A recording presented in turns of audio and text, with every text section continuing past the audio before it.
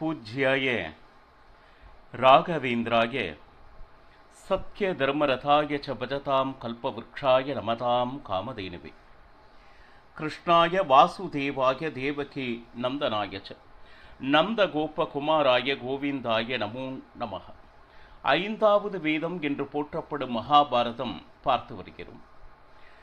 தர்மத்தின்படி கிடைக்க வேண்டிய ராஜ்யத்தை பெற வேண்டி பலமுறை கேட்டும் தராத கௌரவாதிகளை எப்படியாவது சந்தித்து நீ ராஜ்யத்தை பெற்றுத்தர வேண்டும் என்று பகவான் கிருஷ்ணரிடம் பாண்டவர்கள் பணிக்க ஹஸ்தினபுரம் சென்று திருதராஷ்டிரனிடம் அவன் செய்யும் அதர்மங்களை எடுத்து கூறி நல்ல உபதேசங்களை கூறினான். மட்டுமின்றி பகவான் கிருஷ்ணரை தொடர்ந்து பரசுராமர், கண்வ ரிஷிகள், நாரதர், காந்தாரி இப்படி எத்தனை பேர் சொல்லியும் திருதராஷ்டிரனும் சரி துரியோதனனும் அதை செவி மடுப்பதாக இல்லை.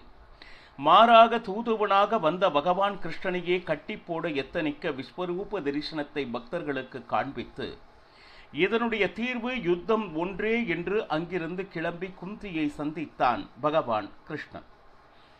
உன்னுடைய பிள்ளைகளிடம் சொல்ல வேண்டியது ஏதேனும் இருக்கிறதா என்று கேட்க நீண்ட உபதேசத்தை கூறினால் இதை கேட்ட பீஷ்ம துரோணாதிகள் தங்களுடைய பங்கிற்கும் உபதேசத்தினர். துரியோதனனுக்கு எந்த பிரயோஜனமும் இல்லை. கர்ணனை சந்தித்து அவனுடைய பிறவியின் ரகசியத்தை கூறி பாண்டவர்களில் நீ மூத்தவன், நீ ராஜ்யம் ஆள வேண்டும் என்று கேட்டுக்கொண்ட பொழுதும் அதனை மறுத்தான் கர்ணன். கடைசி வரை தர்மத்தின் பக்கம் நின்று போரிட உனக்கு மனம் இல்லை அல்லவா என்று சொல்லிவிட்டு உபப்ளாவ நகரத்திற்கு கிளம்பினான் பகவான் கிருஷ்ணன். இங்கு என்ன நடந்ததோ அனைத்தையும் பாண்டவர்களிடம் கூற இன்னும் 7 நாட்களில் யுத்தம் பிராரம்பம். உடனே குருக்ஷேத்திரத்திற்கு தர்மராஜன் சென்று கூடாரங்களை அமைத்து யாக யஜ்ஞங்களை செய்து தான தர்மங்களை கொடுத்தார். துரியோதனுடைய மகனான உலூக்கனிடம் மற்றவர் மனதை எப்படியெல்லாம் காயப்படுத்த முடியுமோ அப்பேற்பட்ட ஒரு உபதேசத்தை அவனிடம் கூறி அனுப்பினான். இது அனைத்தையும் கேட்ட தர்மராஜன், நீ தாராளமாக இங்கு இருக்கலாம், செல்ல வேண்டும் என்றால் செல்லலாம் என்றான். இதுதான் தர்மனுடைய தயா குணம். இதுவே அவனது பலம் மற்றும் பலவீனம். இப்போ போரில் நாம் வெல்லலாம் அல்லது வெல்ல முடியாது என்பதை முன்கூட்டியே தெரிந்து கொள்ள சகுனங்கள் அப்படி ஏதாவது இருக்கிறதா என்று திருதராஷ்டிரன் வேதவியாசரிடம் கேட்க சகுன சாஸ்திரத்தை விளக்கினார். சஞ்சயனுக்கு திவ்ய திருஷ்டிதனை கொடுத்து மகாபாரதத்தில் என்ன நடக்கின்றதோ அதை எங்கிருந்து கொண்டும் அவனால் பார்க்கும் சக்தியை வேதவியாசர் வழங்கி சென்றார். இந்த உலகம் எப்படி உண்டானது, பஞ்சபூதங்கள் என்றால் என்ன, அதனுடைய குணங்கள் என்ன என்பதனை கேட்டறிந்தான் திருதராஷ்டிரன். சிறிது நாள் கழித்து சஞ்சயன் வந்தான். அப்பா, மகாபாரத யுத்தத்தில் என்ன நடந்து கொண்டு இருக்கிறது என்று திருதராஷ்டிரன் கேட்க 10வது நாள் போரில் பீஷ்மர் வீழ்ந்தார் என்று ஆரம்பித்தார். ஐயோஹோ, பீஷ்மரே வீழ்ந்தாரா? என்னுடைய பிள்ளைகளை அவர் நிச்சயமாக காப்பாற்றுவார். அஸ்தினபுரத்தின் அரணாக இருந்தவர், அவரை நானே கொன்று விட்டேனே என்று புலம்பினான் திருதராஷ்டிரன். பீஷ்மரே விழுந்தார் என்றால் அங்கு என்ன நடந்தது என்பதனை விரிவாக கூறு என்று திருதராஷ்டிரன் கேட்க சஞ்சயன் 12 நாள் வரை என்னென்ன நடந்தது என்பதனை விவரித்துக் கொண்டிருக்கின்றான். 12வது நாளில் துரியோதனன் அவனுடைய ஆக்ஞைக்கு இணங்க அவனுடைய ஆசை ஒன்றே ஒன்று, தர்மராஜனை இங்கே சிறைப்பிடித்து வந்தால் போதும் என்று துரோணாச்சாரியரிடம் ஆக்ஞை இட்டார். அவரும் ஆணவரை போராடினார். அர்ஜுனனை சம்சப்தகர் அவர்கள் தூர தள்ளி செய்தனர். அதை மீறியும் பார்த்தோம்னா பீமார்ஜுனனுடைய வேகம் ரொம்ப அதிகமாக இருந்தது 12வது நாள் போரில். அது மட்டுமல்லாமல் பகதத்தனை இழந்தனர் கௌரவர்கள் 12வது நாள் போரில். இப்போ 13வது நாள் போர் ஆரம்பமாக வேண்டும். மீண்டும் துரியோதனன் வந்தான் துரோணாச்சாரியாரிடம் ஆக்ஷேபனை தெரிவிக்க. நீங்கள் இன்னும் உங்களுடைய முழு பலத்தை காண்பிக்கவில்லை. கொஞ்சம் நினைச்சு பாருங்க, ஒரு தர்மராஜனை சிறைப்பிடிப்பது அவ்வளவு சுலபமான ஒன்று தானே, இதற்கு ஏன் இவ்வளவு தயை காட்டிக்கொண்டு இருக்கிறீர்கள் என்று துரியோதனன் மிகவும் துரோணாச்சாரியாரை மனம் சங்கடப்படும்படியான வார்த்தைகளை பிரயோகித்தான். ஆனால் துரோணாச்சாரியார் கூறினார், துரியோதனா, நீ சொல்வது போல் இந்த காரியம் அவ்வளவு சுலபம் இல்லை. நான் ஆரம்பத்திலிருந்து சொல்கிறேன், பாண்டவர்களை அவ்வளவு எளிதில் வீழ்த்திவிட முடியாது. இப்பொழுதும் சொல்கிறேன் ஒரு பிரதிஜை. இன்று மகாவீரன் பாண்டவர்களில் ஒருவனை நிச்சயமாக வீழ்த்துவேன், இது எனது பிரதிஜை அப்படின்னு சொல்றார். அது மட்டுமல்லாமல், நீ சொல்ல வேண்டியது நடக்க வேண்டுமானால் அர்ஜுனனை தயவு செய்து தூர இருக்கும்படி நீ செய்துவிடு, மற்றவற்றை நான் பார்த்து கொள்கிறேன் என்று துரோணாச்சாரியார் கூற, இப்போ அதை ஒப்புக்கொண்டான். 13வது நாள் போர் ஆரம்பமானது. இதுல என்ன அப்படின்னு கேட்டீங்கன்னா, இன்றும் சம்சப்தகர்கள் பாருங்க, அர்ஜுனனை எங்களுடன் போருக்கு வா என்று அர்ஜுனனை கேட்டவுடன் நிச்சயமாக வா என்று அழைக்கும் பொழுது இல்லை என்று சொல்ல முடியாது ஒரு வீரனால். அப்போ அவர்கள் என்ன செய்தார்கள்? கிருஷ்ணன் ரதத்தை ஓட்டிக் கொண்டிருக்கிறான், அர்ஜுனன் போருக்கு.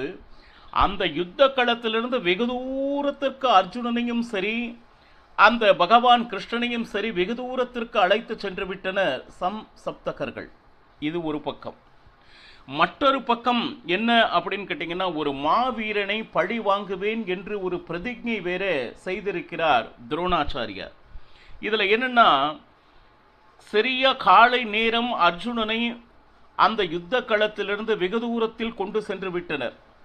மதிய நேரத்தில் துரோணாச்சாரியார் என்ன செய்தார் அப்படின்னா, ஒரு பத்ம வியூகம் அப்படின்னு சொல்லிட்டு, அதாவது சக்கர வியூகம் என்று பேச்சு வழக்கில் சொல்லிக் கொண்டிருக்கிறார்கள். சக்கர வியூகம் என்ற ஒன்று இல்லவே இல்லை. இதுதான் உண்மை பக்தர்களே. பத்ம வியூகம் என்பதுதான் ஸ்பஷ்டமாக மகாபாரதத்தில் கூறப்பட்டு இருக்கிறது. அந்த பத்ம வியூகத்தை அமைத்தார்.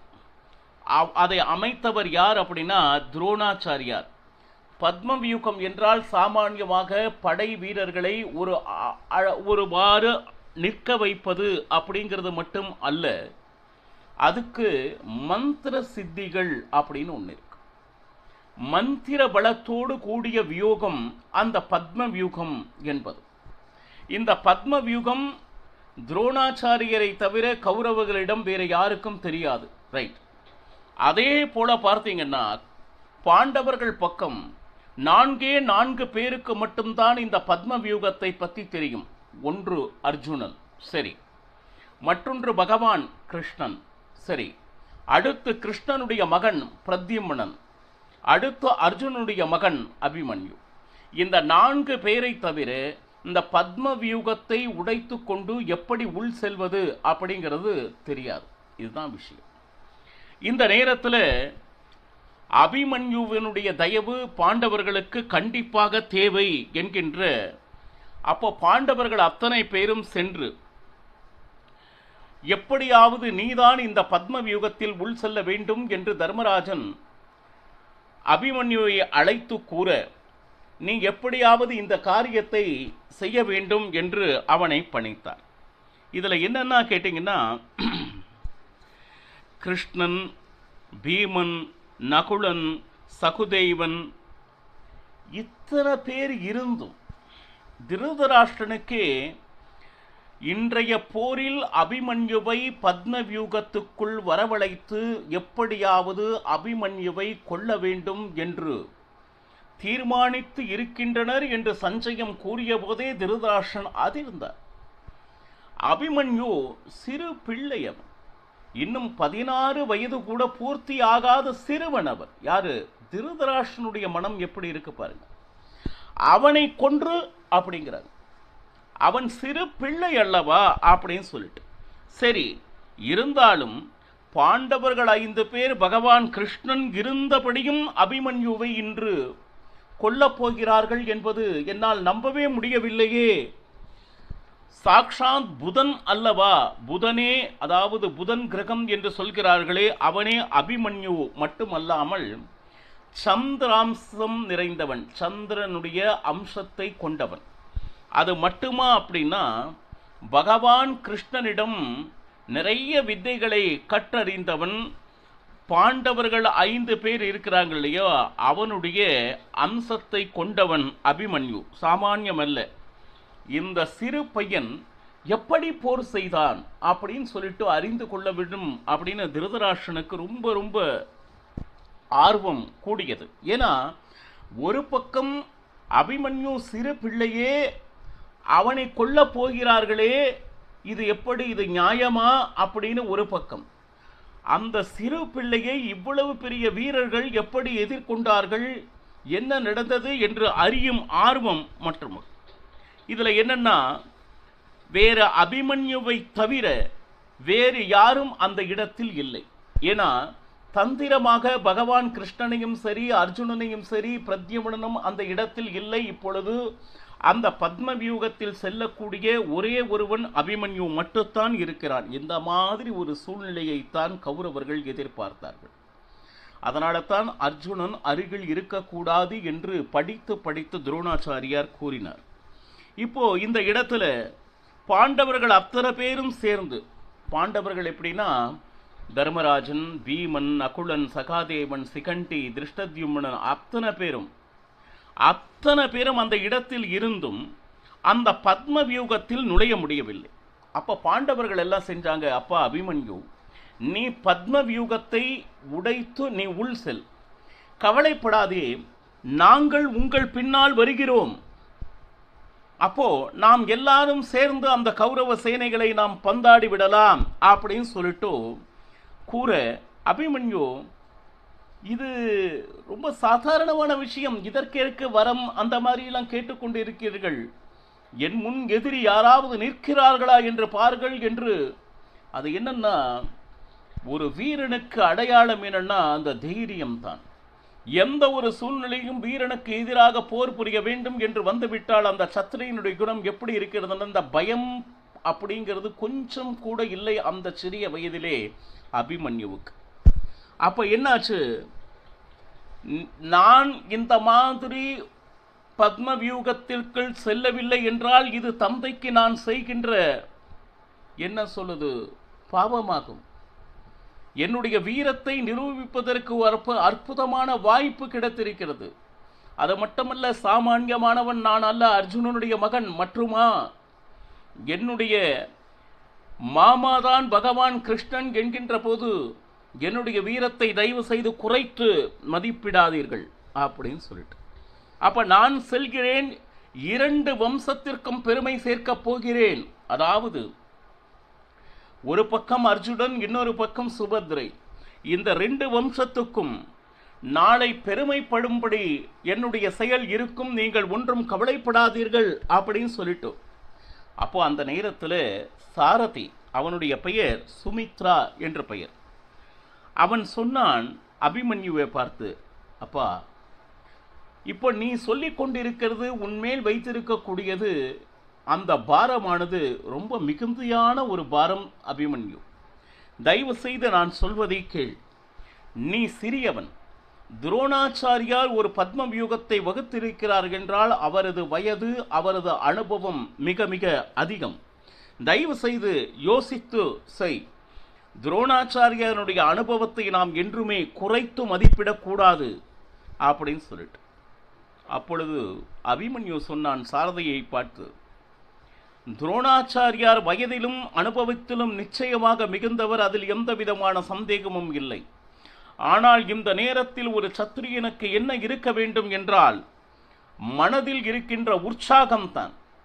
எப்பேற்பட்ட எதிரியாக இருந்தால் என் முள் இருந்தால் அதை வீழ்த்து காட்டுவேன் என்கின்ற அந்த வீரம் யார் மனதில் மிக அதிகமாக குடிகொண்டு இருக்கிறதோ அவர்களிடம் நிச்சயமாக வெற்றி வந்து சேரும்.